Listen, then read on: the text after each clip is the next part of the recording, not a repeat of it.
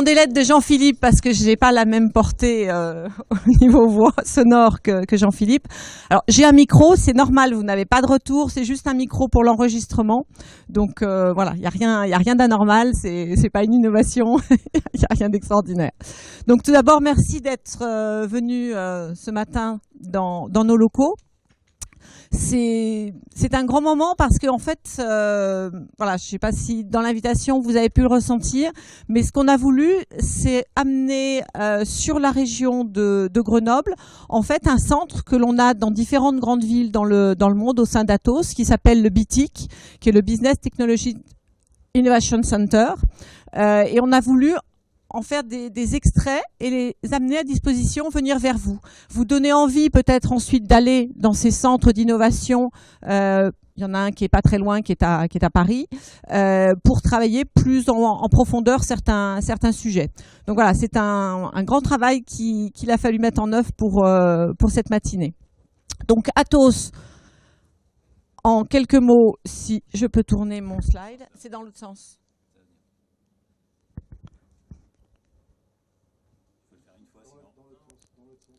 C'était dans ce sens. On va y arriver.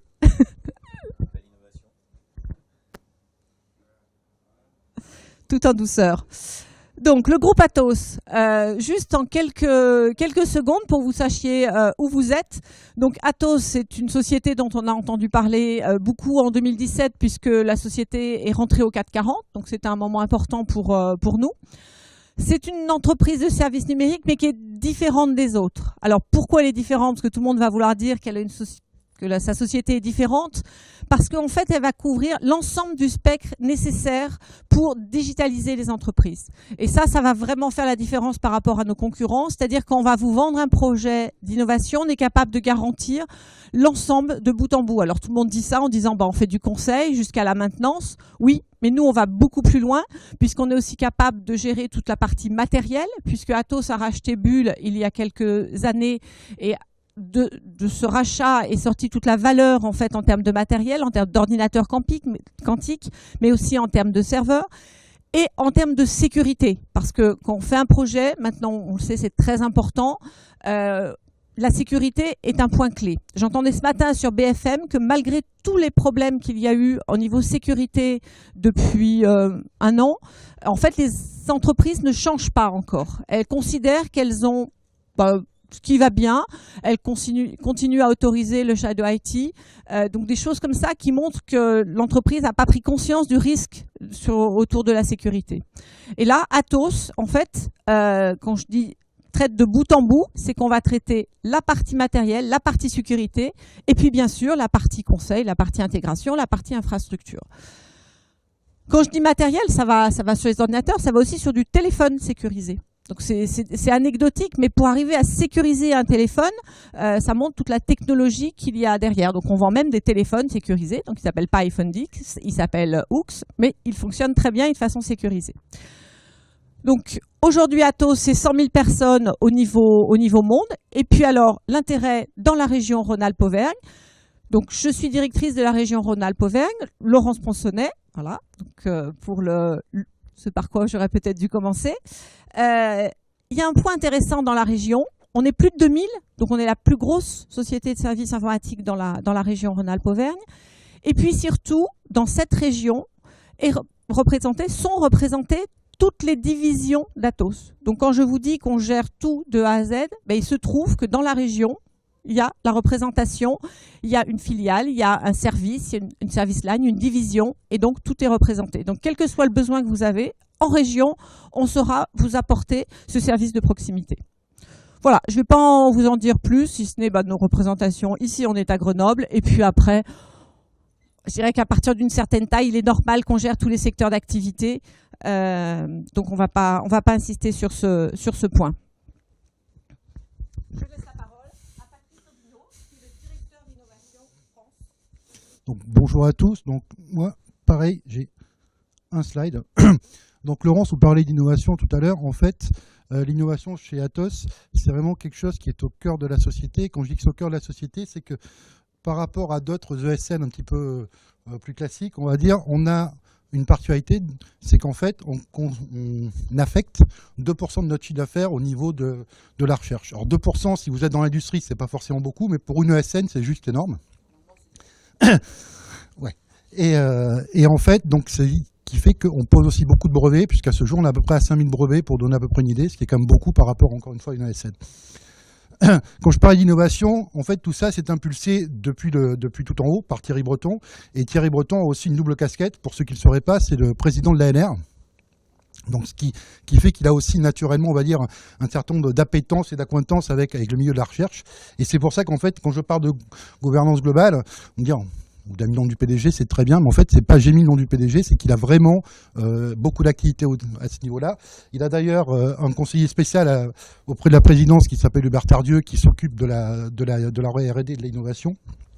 Et comme vous le savez peut-être, il a mis en place un conseil consultatif au niveau de ce qu'on appelle l'ordinateur quantique, avec un certain nombre de personnes, dont Cédric Villani, par exemple, qui est un des prix Nobel. Et donc voilà le genre de personnes que l'on a dans cette activité-là. Et en fait, une fois que ça est dit, on a décliné tout ça au niveau d'Atos. Donc, premier point, partie vraiment R&D. Okay, donc R&D, je dirais cette fois-ci pour Atos, pour développer des nouveaux produits que derrière Atos va vendre en son nom. On va retrouver typiquement le HPC, donc vous allez avoir un HPC Lab. Vous avez également une filiale qui s'appelle Worldline, qui fait par exemple des terminaux de paiement et des choses comme ça. Tout ça, c'est aussi développé dans nos labs, et c'est des choses qu'on développe en réel. Okay. Et donc là, on est plutôt sur la R&D, on va dire, avec objectif de créer des nouveaux produits Atos que Atos derrière va vendre. Après, on a effectivement, comme a expliqué Laurence, toute la partie innovation conjointe, dont elle a parlé des BITIC. Donc les BITIC, en fait, il y en a partout dans le monde. Il y en a un en France, mais il y en a également, il y en a en Angleterre, il y en a en Allemagne, en Autriche, aux États-Unis et en Inde.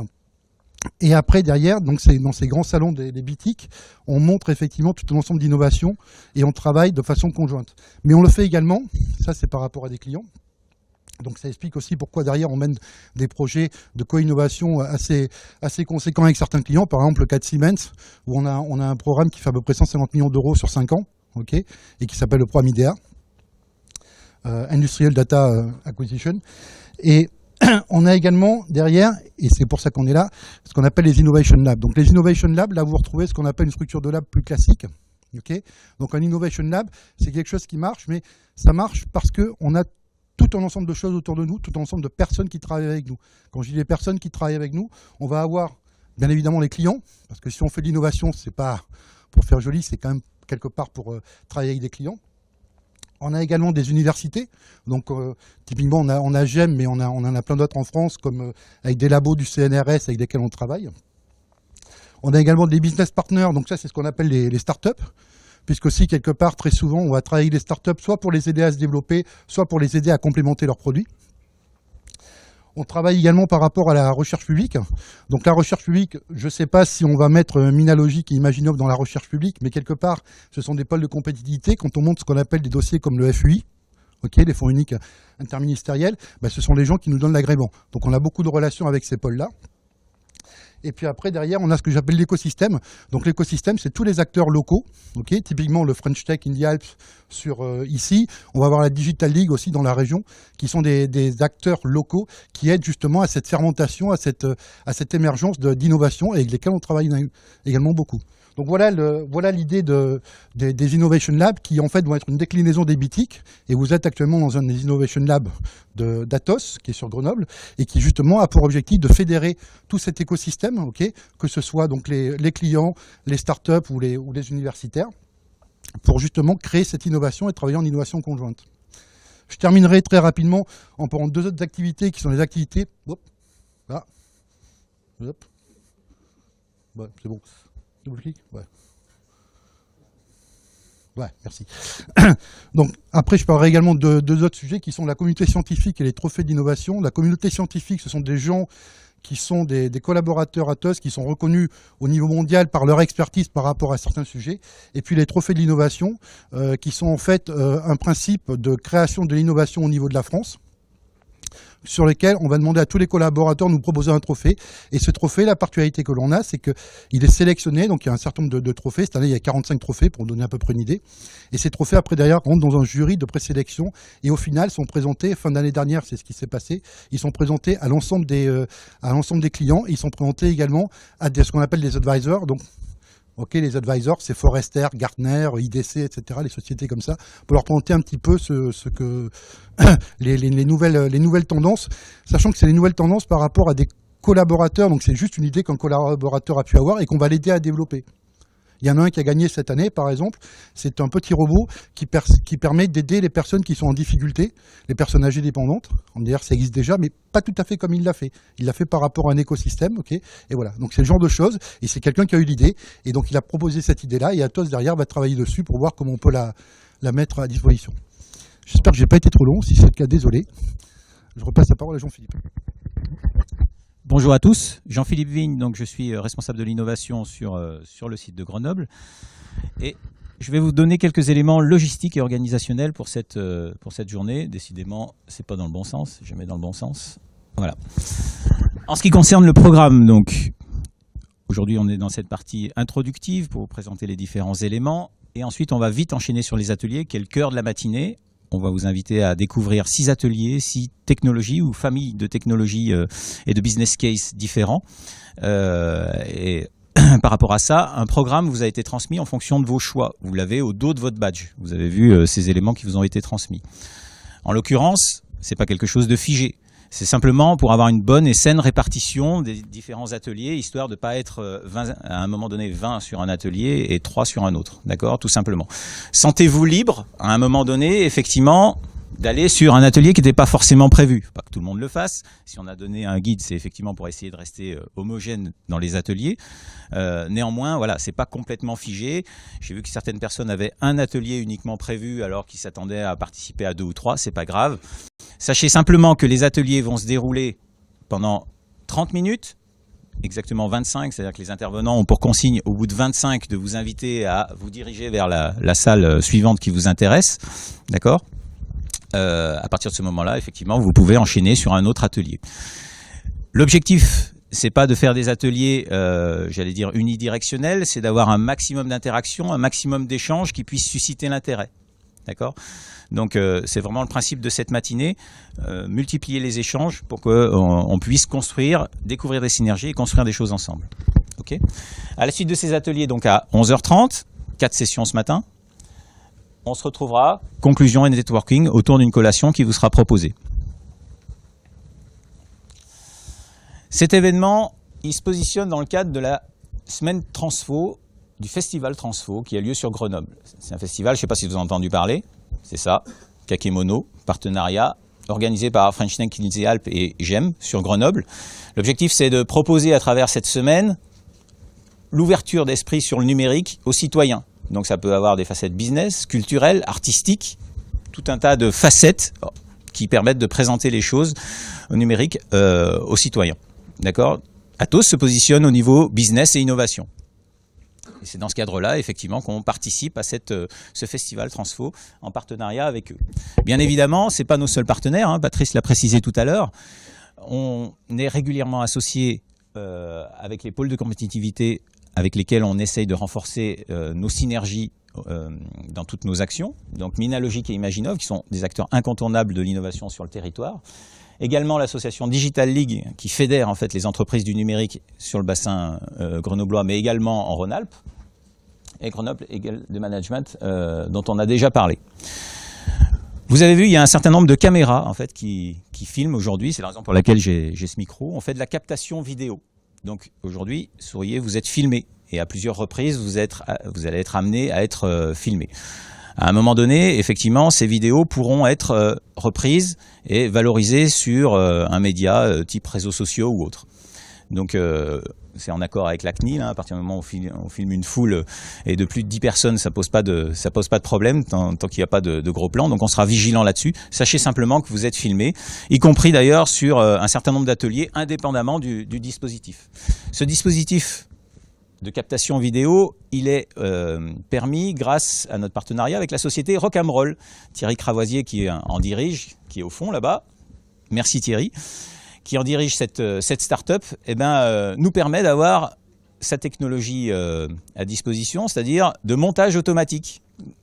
Le principe, Thierry, j'espère que ce que je vais raconter est exact. Le principe, c'est qu'effectivement, à travers cette captation vidéo, l'intelligence du logiciel et du programme fait en sorte que, en fonction de l'interlocuteur, il y a effectivement des plans qui sont faits et que le montage est automatique derrière, ce qui permet d'avoir clé en main, à l'issue de la réunion, le montage à disposition. Voilà, donc Rock am Rome, partenaire efficace et tout à fait adapté dans ce genre de réunion. Je continue. Nos 6 ateliers, pour les rappeler, le premier sur tous les business cases autour de la réalité augmentée et de la réalité virtuelle. Vous y découvrirez un certain nombre de dispositifs high-tech. Donc c'est un atelier surtout technologique avec plusieurs îlots de présentation de différents cas d'usage et technologies. Le deuxième sur le deep learning et la vision par ordinateur. Donc là, un vrai projet de R&D que vous découvrirez dans cet atelier. Le troisième sur les chatbots. L'interaction avec la machine, donc très en vogue actuellement. On vous présentera ce qu'Atos est aujourd'hui capable de faire. Tel que ça avait été annoncé, on parlait de relations clients dans le programme. Aujourd'hui, les choses ont un peu évolué. Ce n'est pas exactement le business case qu'on va vous présenter, mais on vous dira pourquoi dans la séance elle-même. Voilà. Goulven et Béatrice vous présenteront ces éléments-là dans ce troisième atelier. Le quatrième sur l'IIoT Edge Computing par Atos Worldgrid, qui nous présentera leur solution CIS. Le cinquième atelier qui se déroulera dans cette salle ici sur la traçabilité via la blockchain. Et pour terminer, géolocalisation de précision en indoor par Atos Consulting dans l'une des salles qui se trouve derrière. Alors pour s'y retrouver un peu, toutes les salles sont à proximité, donc c'est pas très compliqué. Pour s'y retrouver un peu, voici un plan schématique. Là, nous sommes dans la salle Berlioz.